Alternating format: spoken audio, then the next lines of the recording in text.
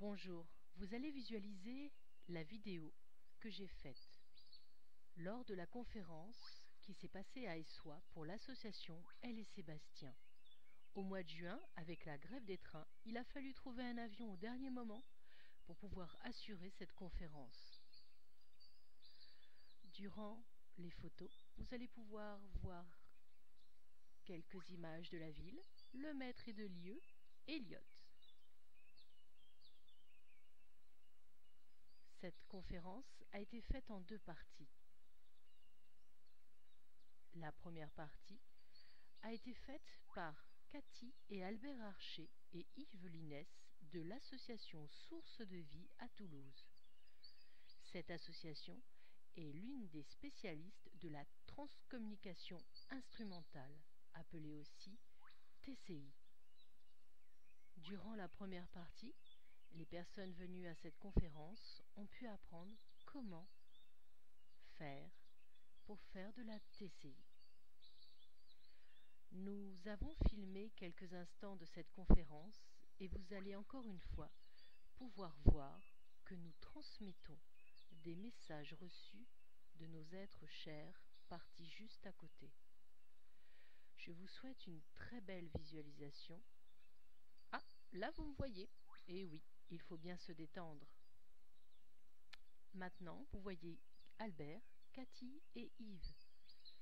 Ils ont fait beaucoup de routes pour venir à cette association. Et je les remercie encore de leur très bonne humeur. Le soir, nous avons visité la ville d'Essoy. Voici les photos de la conférence. La première partie avec la TCI. Il y avait beaucoup de monde ce jour-là. Comme d'habitude, l'association Elle et Sébastien fait venir beaucoup de monde, car cette association, grâce à Nathalie et à ses proches, permet d'aider les personnes en deuil. Je vous souhaite... Ce jour-là, au mois de juin, à Essoy, nous avions une très belle journée, ensoleillée.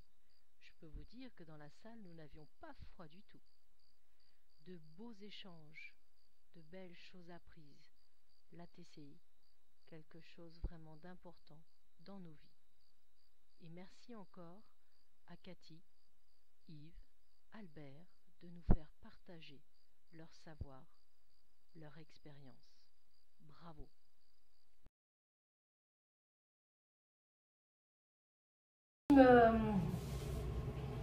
Ce qu'il m'a dit, c'est qu'il savait, je savais que je ne serais pas vieux. Ses beaux yeux, ses dents si magnifiques. Je retranscris ce que j'ai reçu.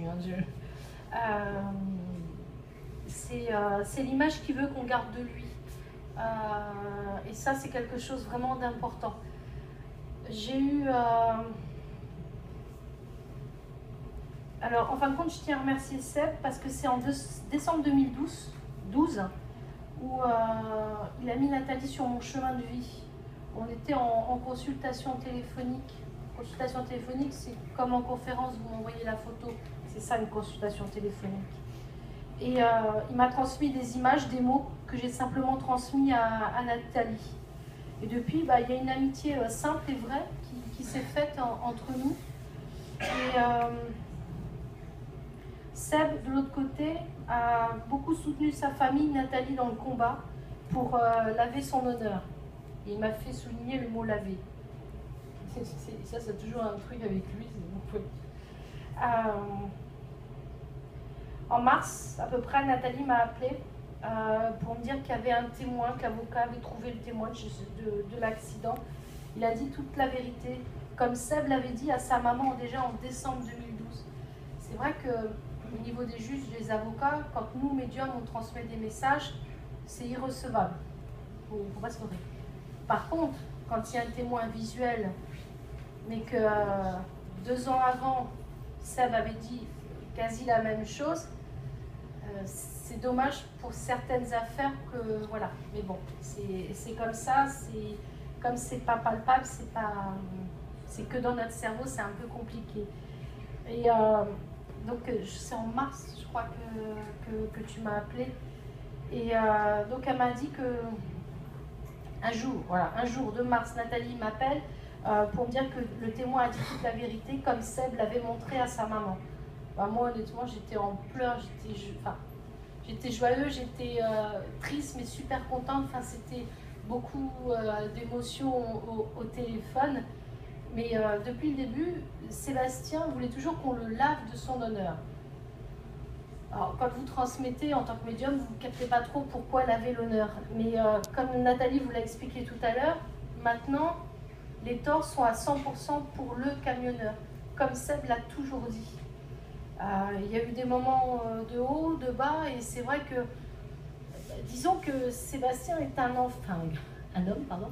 Je dis toujours un gamin parce que je suis quand même plus âgée, mais quand il a décidé quelque chose, il va nous secouer pour que ça se fasse, et il n'a pas laissé tomber ses proches pour que il ne laisse pas tomber aussi au niveau relancer un avocat, aller prendre des photos sur le terrain. Enfin, c'est aussi de l'autre côté, mais ici aussi, et les deux ont travaillé en binôme. Et je dirais, j'ai beaucoup d'émotions, hein, qu'en même temps, voilà, on se dit, voilà pourquoi on a cette capacité dans le cerveau, c'est qu'on est là pour aider les gens. Et alors c'est vrai que j'en ai fait mon métier, et c'est vrai qu'on est obligé de faire payer parce qu'on paye des charges comme toute profession, mais personnellement les conférences que je fais, je les fais bénévolement. Donc c'est-à-dire que je prends sur mon temps de vie perso, j'ai 3 enfants, j'ai un mari qui gère toutes les troupes, qui gère la maison, le linge, les courses, et s'il n'était pas là, je ne pourrais pas venir ici. Et je peux vous assurer que mercredi soir, avec Nathalie, on s'est appelé, je n'avais pas de train pour venir. Les billets de train, je les ai pris depuis longtemps. J'étais prête à venir en voiture. Moi, au bout de 2 heures de voiture, il faut que je dorme, ça m'épuise. Nathalie, elle avait peur, elle n'était pas prête d'arriver. Et coup de bol. Donc là, c'est pareil, j'ai quelque chose de rapide, mais je sors de mon corps. Donc pour moi, j'ai pas de souffrance du corps par rapport à l'arrêt brutal de sa vie. J'ai un passage de la vie à l'après-vie, sans souffrance. Il insiste sur le sans souffrance. Limite, s'il pouvait me le rentrer dans l'oreille et que je l'imprime. Donc, c'est ce que je fais. C'est un gamin qui est joyeux pour moi. C'est un gamin qui est... Pourquoi je dis gamin ça? Il a quel âge? Quand il est parti, 26. Oh oui, donc 22 mois. Ouais, c'est un gamin, enfin, c'est un jeune homme. Ils sont susceptibles de l'autre côté. Mais pour moi, c'est des gamins. Ok, ce jeune homme, pour moi, c'est vraiment un homme plein d'entrain, très charmeur. Limite, coquinou, quand je dis ça, c'est que quand il rentre dans une salle, tu vas le regarder parce qu'il dégage une aura, il a quelque chose en lui. Et il a une grande, grande chaleur. Donc je voudrais savoir, il faisait quoi dans la vie? Il fait une mécano-moto. Oh ouais, mais il y a autre chose en lui. Il avait une autre passion? L'équitation. D'accord. Ah, désolée pour la moto. Mais cette aura, cette énergie qu'il a, je pense qu'il trouvait aussi une sorte d'équilibre avec les animaux.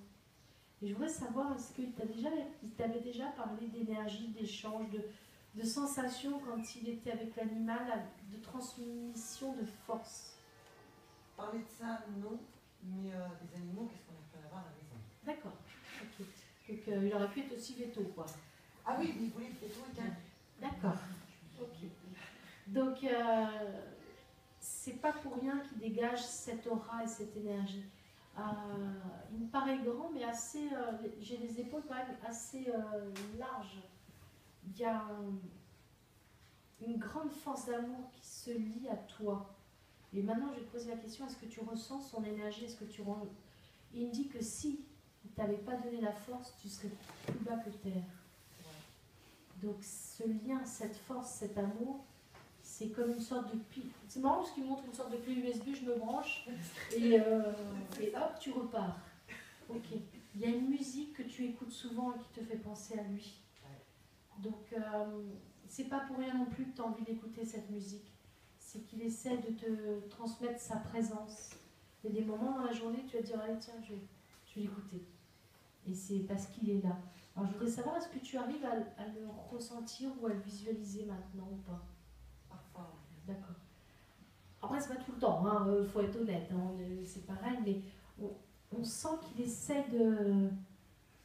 C'est comme s'il faisait le fanfaron, comme le gamin tout à l'heure qui avait besoin de montrer sa présence. C'est un vrai clown, quoi. Ouais, ok, d'accord, donc c'est normal. Donc, il reste et il restera toujours ce clown.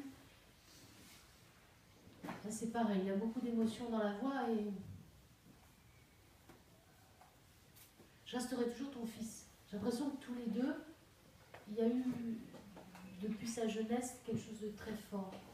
Et malgré que je sois à côté, je serai toujours ton fils. Et malgré les années qui passent, ce sera toujours ton petit. Et c'est ton garçon.